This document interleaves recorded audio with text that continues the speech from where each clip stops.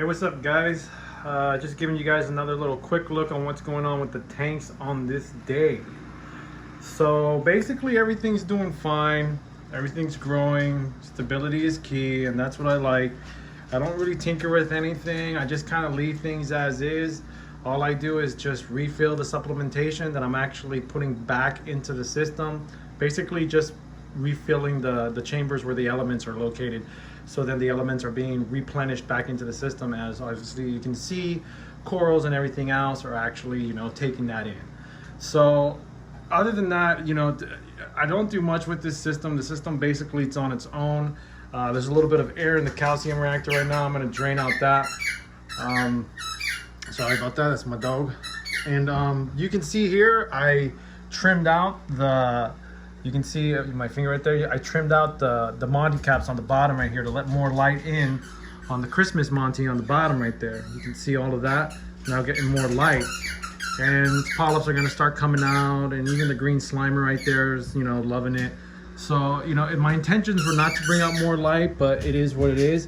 This little, what is it? That little acro colony right there pretty much has just died out. It's been getting covered up with all this Monty. This guy here is basically encrusting from the bottom up. So he's been getting them from the bottom. I don't know if you can see that there, but he basically wins the battle. Whatever he touches, it just goes to him as a win. Chemical warfare. And you can see this nice, beautiful pink tip. It just keeps on growing. It's kind of weird because it's like they know where the end is, and you can see that little gap between the milk stylo right there, and it's like they know where to stop growing.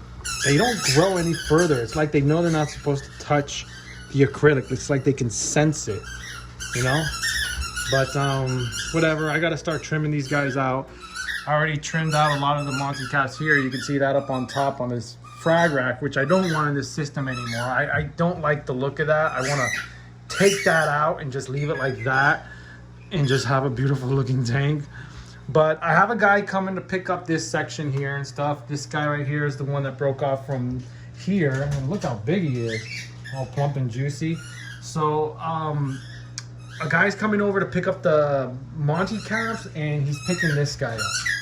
And I told him about the red digis in the back that have been there, and even these green digis right here, you can see down there, are nice pieces that are already encrusting and growing, coming off this guy here. So, it's weird because all these guys are touching. They're all in the same family. They're not killing each other. They're just going around each other. They're wrapping around each other. Even the Montipora that was bleaching out at first is no longer bleaching out like around the digis. They're just all living in harmony and just growing around and encrusting around each other. It's funny. But you can see I can't get to the Akins back there. They're losing light. This milk stylo right here, this stylopore right here, I gotta frag out. I gotta start clipping. It needs more light. You can see how it's so shadowed back there. It's just yeah, it's just, growth is good, but when you get too much growth, it sometimes just gets a little out of control. And you can see, look how big those pieces are. They're like about almost 4 inches in length, 3 inches fat. And I got all these little other pieces right there that are already taking color and growing. And yeah, I got to get that frag tank going. But we're working on Arlene's tank and stuff. I'm gonna put out another video. Okay, there's some things that patience is the key. And even my own girl, was very impatient on doing a few things, and she's gonna talk to you guys about it in the next video that I'm gonna do, and it's gonna be a part 6 to her build. We ended up connecting the UV sterilizer, and we got a few other things going on in there, like the chiller, and we even got her a Banshee. What is it? A Banshee auto top-off reservoir. It looks pretty cool because everything's starting to look more connected, everything's more stable. I always put chillers. I know some people don't like to do chillers. They say, why put a chiller when, maybe I might only get that day or two of heat. I don't know. My house tends to get warm here in California. You don't know whether it's going to be a warm day or a cool day. The week is never the same here. We have 2-3 days of cool air. Next thing you know, we have another day of heat and 2 days of heat. Who knows? It just changes on us here and there. So, anyways, so I'm gonna get that video going. She's gonna be talking a lot in that video because she needs to explain what she did. Corals are happy in there. Things are going good, so don't take it like, you know, like something bad has happened. It's, you know, pretty much her tank is doing good. She's got some beautiful torch corals. It's awesome. The candy things together are flourishing. She'll just do a little bit explaining more and stuff. But we're gonna put some more coral in her tank soon.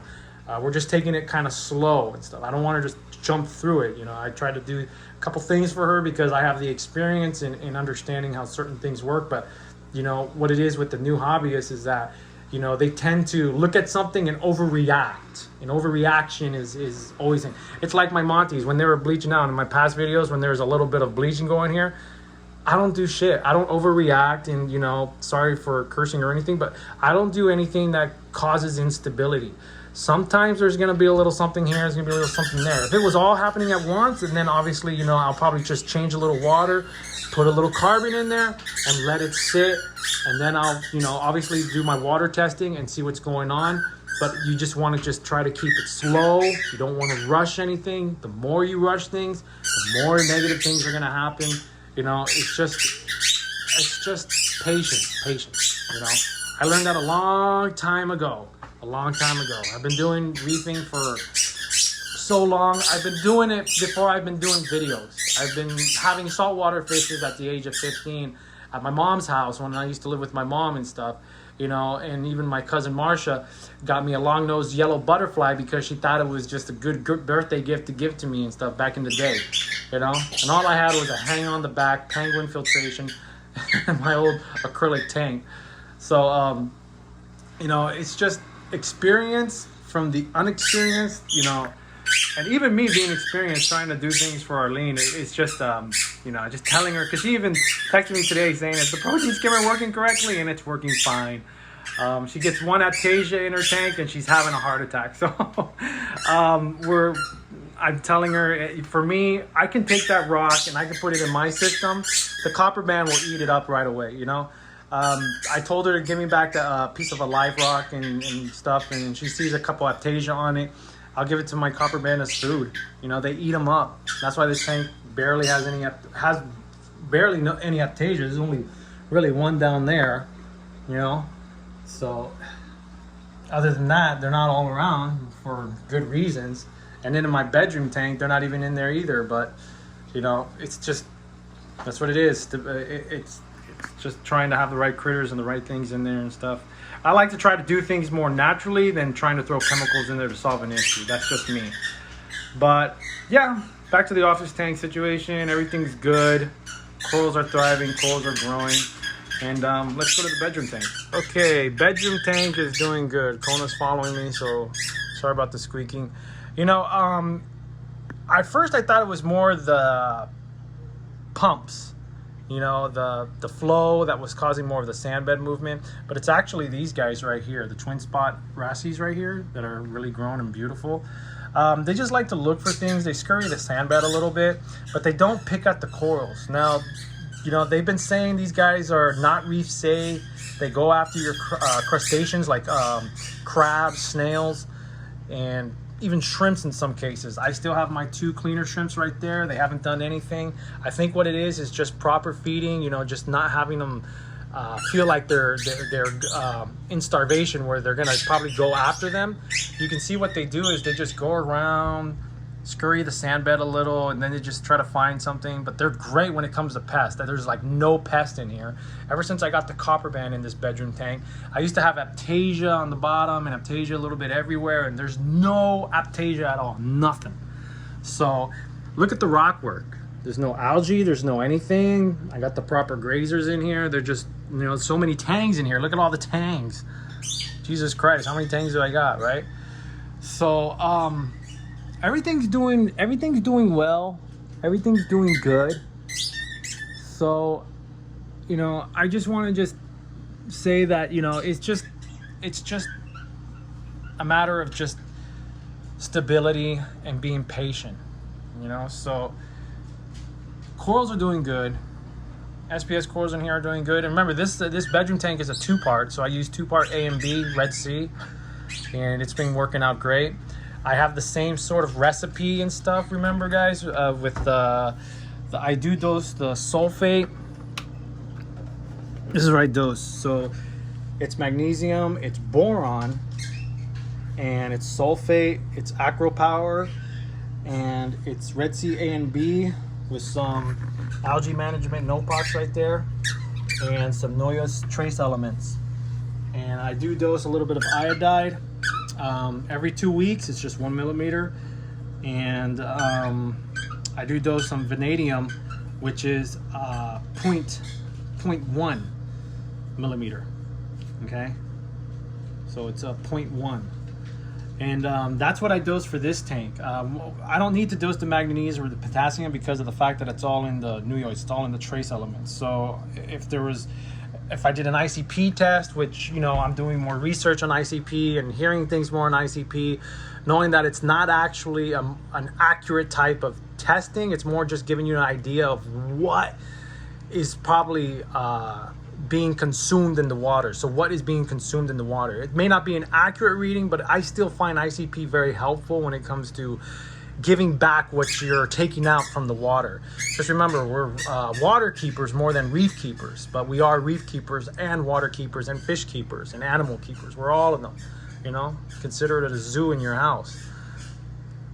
But yeah, it's just stability. I've been watching videos and I've been seeing things, and oh man, you know, people are having some issues with their systems, and you know, knock on wood, you know, we all go through that, and I don't like to knock down anybody. All I say is just hopefully they can just get things back in order and get their corals back into a sequence of just being happy and growing, getting the ecosystem and getting the gears turning again in the proper ways. You know, every tank, every system is different. I can always say dose this, dose that, but definitely don't be dosing boron, and don't be dosing sulfate, and don't be doing what I'm doing just because you see what I'm doing. You need to understand what your system is doing itself. You have to understand the water, the consumption, you know? I don't know what the corals are consuming. I'm just going based off the ICP. I'm just basically going off my testing, you know? My alkalinity, my magnesium, my calcium. So it's just, if I was doing something incorrect, my corals would be dying, not growing.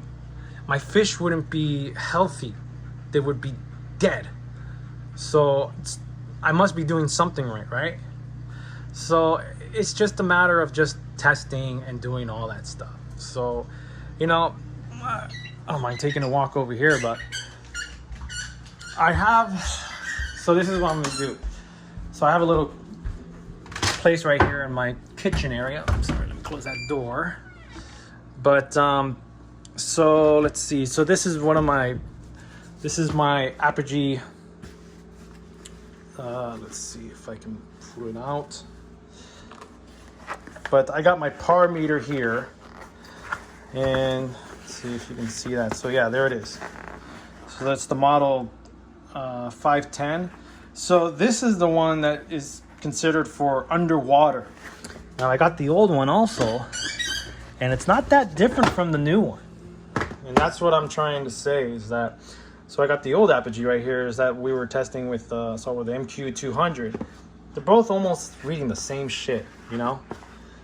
And honestly, for me, if it's only $100 difference, but I've been doing some stuff with it, and honestly, this, just because it's underwater, and this, knowing that you can put it underwater, it's, I don't know what to say, but I just know that they're both doing the same thing, and they're not giving me that much difference in reading when it comes to setting my par levels. So anyways, yeah, this tank is doing great. You can see the growth and everything. Everything's doing fine. You can see just all the zoas that I have just popping off. There's another one that popped up over there. I just gotta set them and stuff. They're coming off this right here. You know, they just start getting loose, and then they go out and freaking land somewhere. This is the first time I actually see glass, you know. But look what he's doing. You see how he's just scurrying in the sand bed? You can just see that right there. See how he just picks little things? He's just moving things around. He's trying to find some copepods. He's trying to find some things. They're actually really good when it comes to, like, if you have like what is it, flatworms or red bugs or any of those guys and stuff like that. These guys eat them. They eat them. And you know, I'm gonna get one actually from a guy named Madhu over here in San Jose, California. I'm gonna get a small, nice little baby-sized, probably like a half inch to 1 inch twin spot wrasse, and I'm gonna put him over there in the Zoa tank, and hopefully he does the same thing and starts eating all the red bugs and eats everything, because that's what they do. They scurry around and they eat pests. They eat them, and it's great. And then the second one comes along, goes, "What you looking at? What you looking at? Huh? Is there something there?" And they just move it around. But for them to be called not reef safe, I don't know, man. I don't know. They if anything, I would say reef safe with caution. But yeah, you can see everything's growing nicely. Beautiful colorization. You can see, I don't know if you noticed, the slimer's just growing. It's just beautiful. Look at the Monty cap, man. I don't know if I can show you up on top. Let's see if I can get too much ripple in the water, but Jesus Christ, it looks so beautiful when you see it up on top. I tried. I would have to shut down the pumps. But, you know, it's just a beautiful piece. It's growing nicely. I'm going to have to start fragging it, though. I'm going to have to start trimming it down.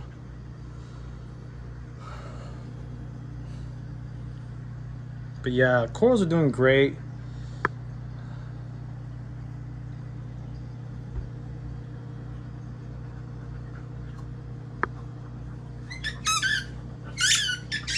See, everything's doing pretty good here, doing fine, growing. Give you this view. I love this view.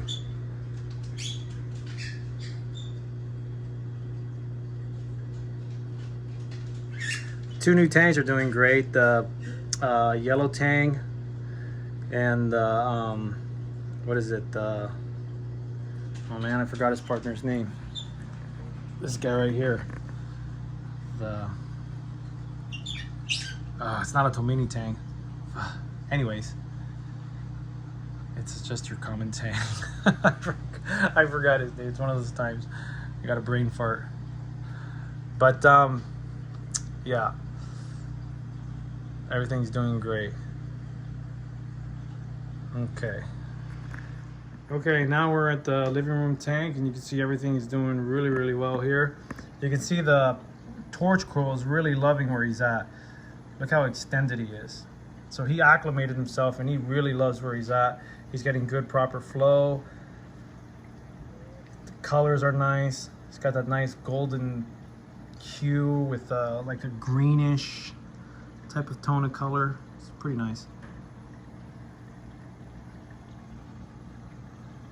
All the other corals are doing good. Duncans are outstandingly just freaking growing and opened up, but you can see everything's doing fine. Good coral growth. What is that, a tuxedo urchin?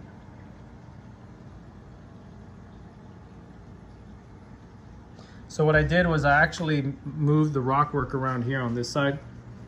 I kind of want to keep things away from the glass on this end. So I kind of just pushed things more that way. I took some things out. I took a little bit more of that dead Monty that was over here, and I took that out, and I placed a frag of some of my red Monty that I got in my office tank right there. So we'll be letting him grow there. Took that green stylo and just kind of just moved it over here, the whole rock work, so it's just free from the glass. Maybe more room for the anemones to expand or whatever if they wish, but the clownfish never really let them get too big, so it's pretty nice. But yeah, living room tanks are doing good. Fortunately, I got to take those out and toss them, you know. Maybe one day when I get the frag tank going, I'll have a little container of Rebel Rock, and just you know, they can attach themselves, and I'll just give them out for free or whatever. I don't know. But those Monties and those Monty caps in the office, I'm just giving them away for like $5 each. and guy's gonna come pick them up, all of them. So I don't know if he was gonna sell them for more or whatever. You know, I don't care. He's obviously gonna take the Candy King colony that I'm gonna give him and probably frag that out. Who knows? But I just need to have them go somewhere rather than the garbage. Everything's doing good.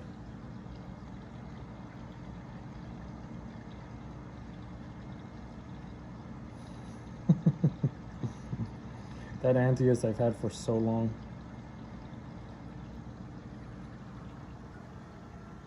So yeah, so just kind of cleaning it up a little bit. And then over here, it's, you know, there's a little bit of algae haze on the glasswork. What is that? Urchin right there actually got this freaking whole colony stuck on him. He's dragging him around. He's dragging around a freaking whole colony of utter chaos. I got frags right there. Anybody want some frags for $5? Get that whole little piece right there for $5. I just don't want a whole shitload of zoas. I got zoas growing everywhere, and just like I'm saying, I see how they're loose. Look how they're loose. See how the current kind of just lifts them up. I don't know if you don't see that. Look at that. They're not even attached to the sand bed. Look at that. They're just moving. You know, I literally want to take them off and just pluck them off and stuff, but looks nice, the growth, but I gotta place them somewhere, you know. $10, I'll give you that whole piece right there. Freaking $5 for each little 5 to 10 polyp frag.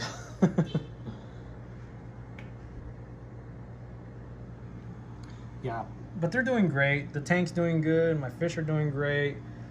You can see the Duncan colony right there is just freaking growing more heads and more heads. This guy's gonna get huge. Got little Aptasia right there. Now that there's no copper band in this tank, it's just been a little growing everywhere and stuff, but I can't put shrimp in here. I tried peppermint shrimp. It's just that the leopard wrasse in here is just, basically, he eats them. I know it's him.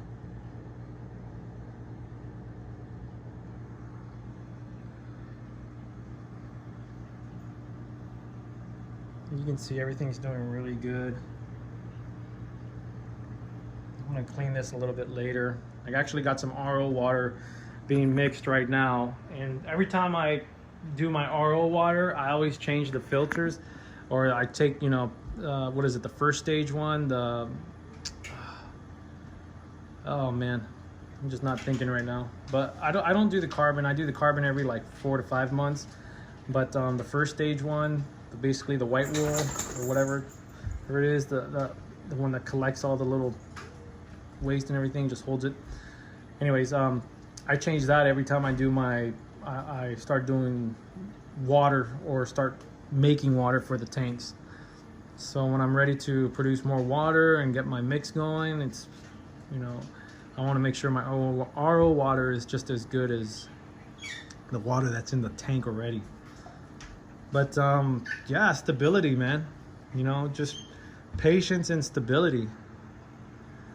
You know, I like doing these little quick looks for you guys and stuff because, you know, I just noticed, you know, there's people out there that tend to, you know, show their systems out there, and then all of a sudden they don't for a good long time, and some people, they wonder what's going on, this and that. My systems basically stay looking the same unless I actually take something out and stuff. So some guy offered me like $250 for that big Monty colony cap that I got in my office, and I told him no, I'm good. I like the look of overgrowth like this right here in this mixed reef tank is just a nice thing to look at. All right, I'm losing my words and I'm getting stuttery, and I need to eat. I actually got back from work today and stuff, and I haven't been doing any videos lately, and one of the reason why we haven't done one for Arlene too is because my work schedule has been just phenomenally, just overwhelmingly. I'm just being overwhelmed with work. That's what it is. I'm just being overwhelmed with work, and you know, that's what it is. So fish are looking great. tank is looking good. This system does run on a calcium reactor. Basically the same thing. I dose boron, I dose everything that I just stated earlier for the bedroom tank is what I dose in my office tank and what I dose in my tank. The reason why I dose boron too is because, you know, it actually is a pH stabilizer. You know, if you do the research on boron and then you do the ICP testing, and then if you do the math, you know, between one ICP test from the other, you kind of see the consumption rate, and you kind of figure out what you can actually do to put it back into the system. Not every trace element or whatever has boron or bromine or a few other things. You know, those are things that you're gonna have to add yourself. Bromine and boron, you know, they're very, you can say they're not the elements that you just want to just overdose. You can't overdose these elements. If you overdose these elements, you will have a crash. You will kill your corals. So please understand what you're doing, and please understand the consumption rate. Do your ICP testing, do your testing, regardless, whatever it is, whomever it is. There are different methods of doing testing for water, and just understand what you need to put back in there and stuff. Because I say boron, I don't want people out there saying, oh, I'm going to start dosing boron because the Herm is dosing boron. His corals look great. No. Dose what's needed for your system, for your tanks. Corals do differently in each system. Consumption rates are different in each system. That's why I can't give advice when someone says, what is it that I can do for my water, or what is it that I can do for this? You know, I can just say, just do some testing, see what's going on, and from there you'll have a more accurate answer. How can I give you an answer if I don't even know the water? It's like with Arlene. She wants me to give her an answer for alkalinity and all that, and all I can say is bring me your water, and I'll do the testing here. I got all the test kits. I got my nitrate test kits, phosphates, I got alkalinity, I got everything. So it's like I tell her, just bring me your water and we'll test it. You know, it doesn't take long to do it. Once you understand, you know, I got HANA checkers. They're all basically HANA checkers, and you know, for me, it goes by pretty quickly. Once you know the science behind it and how to dose this and that to get the reading and put the file in the checker, and that's it. It's like a 1, 2, 3 step in my opinion. But you got to test your water. Just test your water. Test your water, and you have more of an understanding of what you're going to need and what you're going to put in there and stuff. I just don't want people to start trying to mimic what I'm doing, and next thing you know, they're having some issues with their system because they're trying to dose what I'm dosing. All I'm saying is that this is what I dose, you know, because I know there's people out there that always say, what is it that you're putting into your system? What is it that you're doing? What's the lighting that you got? You know, I'm a Kessel guy. You know, 360Xs on this side. You got AP 700s right here. The bedroom tank are Red Sea 90s with three Red Sea 90s with 2 Kessel 360Xs. Office tank are 2 AP 700s with a 360X. And if we go over here, you see my frag tank here. I have not set it up. You know, there it is. What's this? It's an AP9X. Yep, that's the lighting that's gonna be going over my freaking frag tank. I got all the mounts. I got the pumps. I'm just gonna go with the freaking Bubble Magus dosing pump like I do with the other ones. I don't need anything too expensive. I got my, what is it? ATO right here. What is it? Banshee? Whatever it's called. I got my trigger system sump right there. There it is. Well, basically I got everything that's needed. You know, just gotta put things together. Just things take time. I'm actually trying to get a Tunzi osmolator and stuff, but it's just sold out on Bulk Reef Supply, Saltwater Aquarium. I just gotta see where I can get it.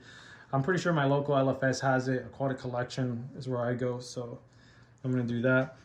You can see here I got my dosing containers. What is it? Aquamax.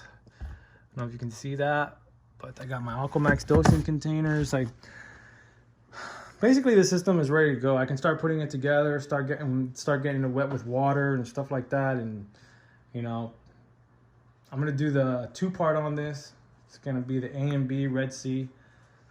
And yeah, so hey corner. So yeah, so it's just taking a little walk. Yeah, so just stability, man, stability. And this is a quick look on my reef tanks of today. And all my systems are doing well, doing fine, and I hope your guys' systems are doing well, doing fine.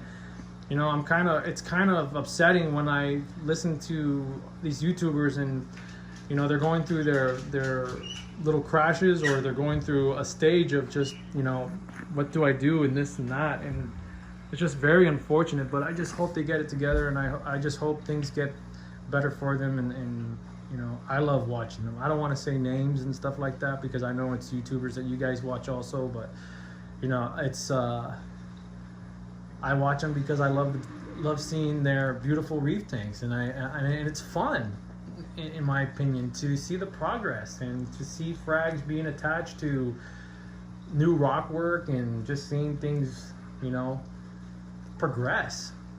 And there's going to be some, you know, things that are actually gonna, you know, move you backwards. But sometimes we have to move backwards to once again move forward, and you know, people don't want to hear that, but sometimes that's just the truth, you know. So, you know, just patience and stability, and I hope everybody's tanks are thriving and just as beautiful as the ones that I see in my own home. All right, peace, guys.